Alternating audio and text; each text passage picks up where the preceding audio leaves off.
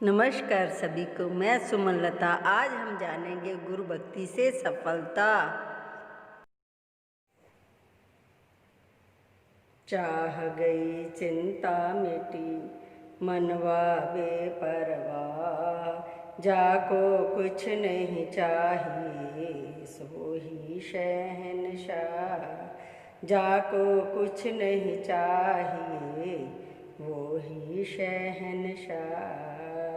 नमस्कार सभी को। जैसे कि पहले भी हमने मन मंदिर चैनल के माध्यम से जाना था गुरु भक्ति का उद्देश्य, आज हम जानेंगे गुरु भक्ति से सफलता।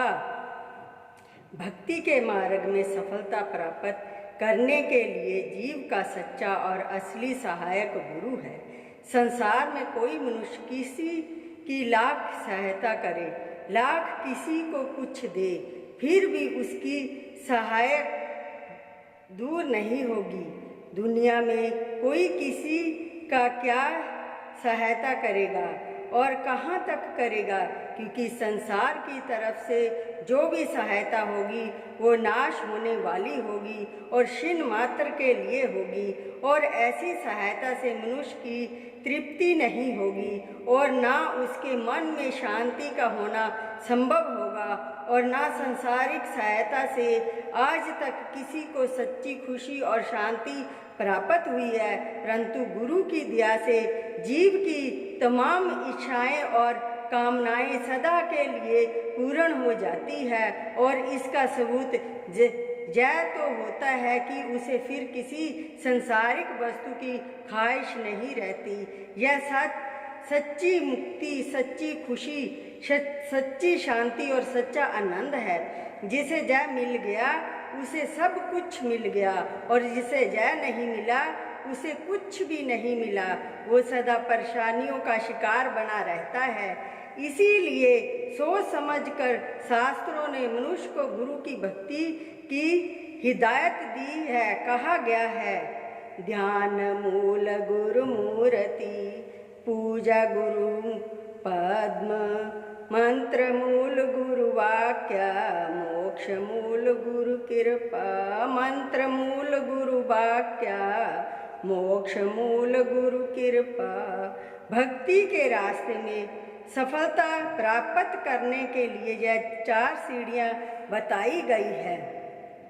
पहली सीढ़ी है गुरु के चरण कमलों की पूजा की जाए, क्योंकि गुरु के चरणों की पूजा मूल पूजा है। इसके बराबर दूसरी कोई पूजा नहीं है। इस पूजा से मन का अंधकार दूर होकर ज्ञान का प्रकाश होता है। गोस्वामी तुलसीदास जी महाराज जी का कथन है, श्री गुरु पद नख मणिगण ज्योति, सुमरत दिव दृष्टि होए होती, दलन मोह तम सो सुप्रकाशु, बड़े भाग और आवे जासु। अर्थात गुरु के चरण कमलों के नाखून का प्रकाश बेअंत मणियों की ज्योति के समान है। उनके सिमरन और पूजन करने से मोह का अंधकार दूर होता है और दिव्य दृष्टि पैदा हो जाती है। वो जीव बड़े भाग्यवान है जिनके हृदय में गुरु के चरणों का ध्यान होता है। फरमाते हैं, गुरुपद राज मृद मंजुल अंजन, नैन अमाया दृग दोष विभंजन, तिहि कर विमल विवेक विलोचन, वर्णो राम त्रित भव मोचन। अर्थात गुरु के चरण कमलों की जो रज अर्थात धूड़ी को वो सुंदर कोमल अंजन है, जो नेत्रों के लिए अमृत का असर रखता हुआ उनके समस्त रोगों को दूर करता है।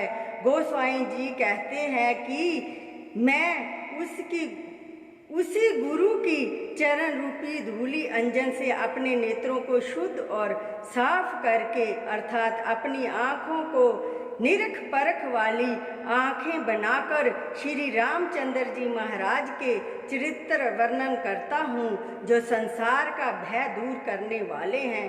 भाव की यह सब गुरु ही के चरण कमलों का प्राप्त है, वरना मुझ में इतनी शक्ति कहाँ है। मैं गुरु की सूरत का आशिक हूँ मेरा मन उनके वचनों से साफ हो गया है। जब मैंने उनके चरणों की रज को लिया तो मन का अंधकार सब दूर हो गया।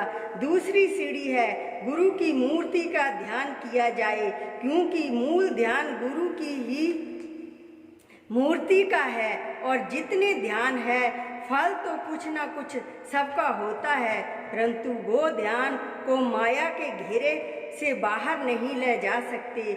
गुरु चूंकि सदैव माया से रहित और मुक्त होता है, इस वास्ते उसकी मूर्ति का ध्यान उपासक को सब बंधनों से छुड़वा कर मुक्त करा देता है। क्योंकि गुरु की मूर्ति का ध्यान कोई मनुष्य की मूर्ति का ध्यान नहीं है, वो ईश्वर का ध्यान है। बल्कि सही अर्थों में जो ईश्वर का ध्यान है वो गुरु का ध्यान है। इस भेद को खास खास मनुष्य समझते हैं, आम जीवों के समझ में इस बात का आना कठिन है। जो लोग गुरु को मनुष्य का ख्याल करते हैं वो भक्ति के रास्ते में उन्नति नहीं कर सकते। कबीर साहब जी का वचन है, गुरु को मानुष जानते ते नर कहिए अंध, महादुखी संसार में आगे जम की फंद। गुरु मनुष्य कर जानते चरणामृत को पान, ते नर नर के जाएंगे जन्म जन्म हुए स्वान। कबीरा ते नर अंध है गुरु को कहते और, हरि रूठे गुरु शरण है गुरु रूठे नहीं ठोर। गुरु है बड़े गोविंद ते मन में देख विचार, हरि सिमरे तो वार है गुरु सिमरे तो पार। गोस्वामी तुलसीदास जी महाराज अपनी रामायण में शुरू में गुरु की महिमा को इस प्रकार वर्णन करते हैं। बंदो गुरु पद कंज कृपा सिंधु नर रूप हरि, महामोह तज पुंज जासु वचन रवि कर निकर। अर्थ, मैं गुरु के चरण कमलों को वंदना करता हूँ, नमस्कार करता हूँ। कैसे है गुरु महाराज? मनुष्य रूप के अंदर साक्षात ईश्वर हैं, अर्थात मालिक कुल ने हमारे उद्धार के लिए नर रूप धारण किया है। और मन के आकाश पर जो मोह का अंधकार छा रहा है उसके नाश करने के लिए जिनके वचन सूरज की किरणों के समान है, भाव की जैसे सूरज के प्रकाशमान होते ही अंधेरा भाग जाता है, ऐसे ही गुरु के वचनों के प्रकाश से मन का सब अंधकार दूर हो जाता है। अगर तूने गुरु के रूप को ग्रहण कर लिया तो उस गुरु के रूप को खुदा और रसूल दोनों शामिल है, अर्थात गुरु के स्वरूप से ईश्वर और ईश्वर का अवतार भिन्न नहीं है, वो उसी में आ गए हैं। अगर तू मालिक के दर्शन का अभिलाषी है तो गुरु के स्वरूप को देख और उनकी सूरत पर आशिक हो जा, फिर उसी के अंदर उस पार ब्रह्म परमेश्वर के चमत्कार को देख ले। पंचम पातशाही गुरु अर्जन देव जी महाराज जी का वचन है, गुरु गुरु गुर करक मन मोर, गुरविन मैं नहीं हो। गुर की टेक रहू दिन राती, जाकी कोई न मेटे दाती। गुरु परमेश्वर एके जानू, जो तिस भावे सो परमाणु। गुर चरनी जाके मन लागे, दुख दरिद्र भरम ताका भागे। गुर की सेवा पाइये मानू, गुर ऊपर सदा कुर्बानू। गुर का दर्शन देख निहाला, गुर के सेवक की पूरन घाल। गुर के सेवक को दुख ना व्यापे, गुर का सेवक दे दसी जापे। गुर की महिमा कथन न जाई, पार ब्रह्म गुरु रिहा समाई। कह नानक जाके पूरे भाग, गुर चरनीता का मन लाग। साहेब फरमाते हैं, ऐ मेरे मन तू गुरु का सिमरन कर, क्योंकि बिना गुरु के इस संसार में कोई भी अपना नहीं है। हमेशा गुरु की टेक, गुरु का आसरा और गुरु ही का आधार रहे। गुरु भक्ति के दाता हैं, उनकी प्रदान की हुई दात को कोई भी मेट नहीं सकता।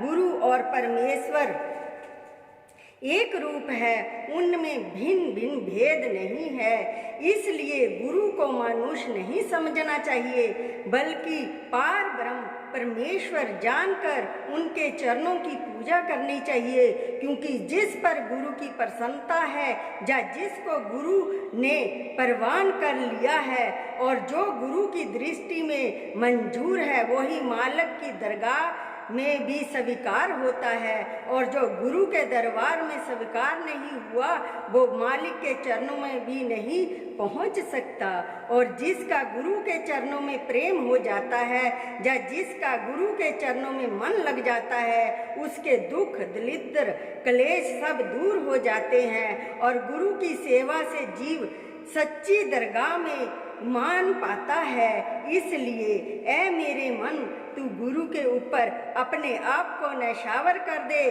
गुरु के दर्शन करके निहाल हो और उनके चरणों से श्रद्धा भक्ति के साथ सेवा कर। क्योंकि गुरु की सेवा से मन की सब कामनाएं पूर्ण होती हैं और जो गुरु का सेवक है उसको तीन काल में कोई दुख नहीं व्याप सकता। वो इस संसार में सूरज के समान चमकता हुआ दशों दिशाओं को प्रकाशमान बना देता है। गुरु की महिमा बेअंत है। जीवा में इतनी शक्ति कहाँ है कि उसे वर्णन कर सके। परमेश्वर गुरु के रूप में समाया हुआ है। महाराज लिखते हैं कि जिन जीवों के पूर्ण भाग होते हैं उनका मन गुरु के चरणों में लगता है। आम जीवों की समझ में इस बात का आना कठिन है।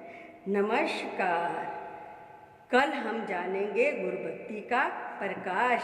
दासों की दास सुमन शर्मा।